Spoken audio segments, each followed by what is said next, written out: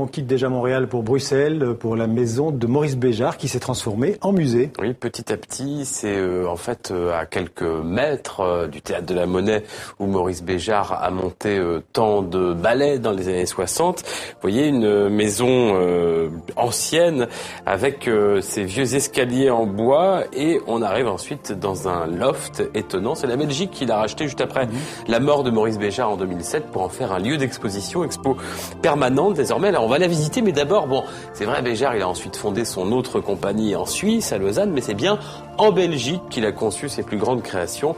Notre guide s'appelle Michel Robert, il a beaucoup rencontré le chorégraphe, il est le président de cette maison Béjart.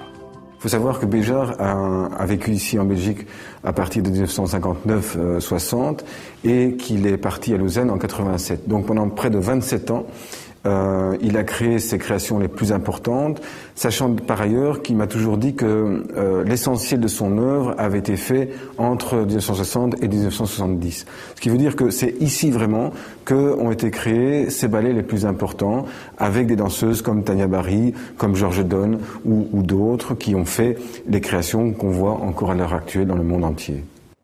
Alors Maurice Béjart, un Français qui a travaillé en Belgique et en Suisse, c'est vraiment parfait pour 64 minutes. Et qu'est-ce qu'on peut voir dans cette musée alors? Oh, bah oui, c'est le roi de la danse francophone, en tout cas dans le monde francophone. Alors qu'est-ce qu'on peut voir précisément? Bah, si vous avez un peu de chance, vous allez pouvoir voir ces jeunes danseuses. On va les voir dans un instant.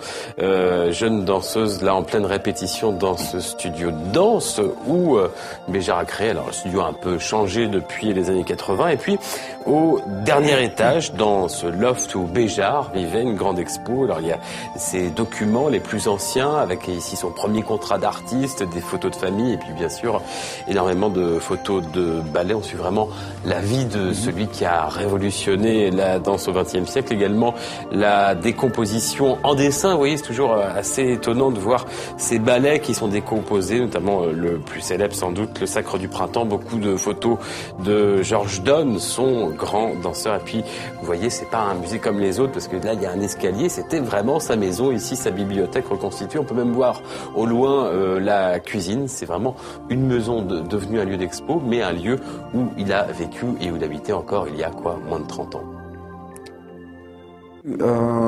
Au jour le jour, bon, il était en tournée dans le monde entier pendant une grande partie de l'année, mais c'est dans ce loft qui fait environ 350 mètres carrés quand même, où il a créé, où il a pensé, où il a lu.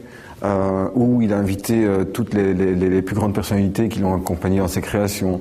C'est vraiment, on me dit souvent qu'on ressent vraiment une atmosphère très particulière quand même.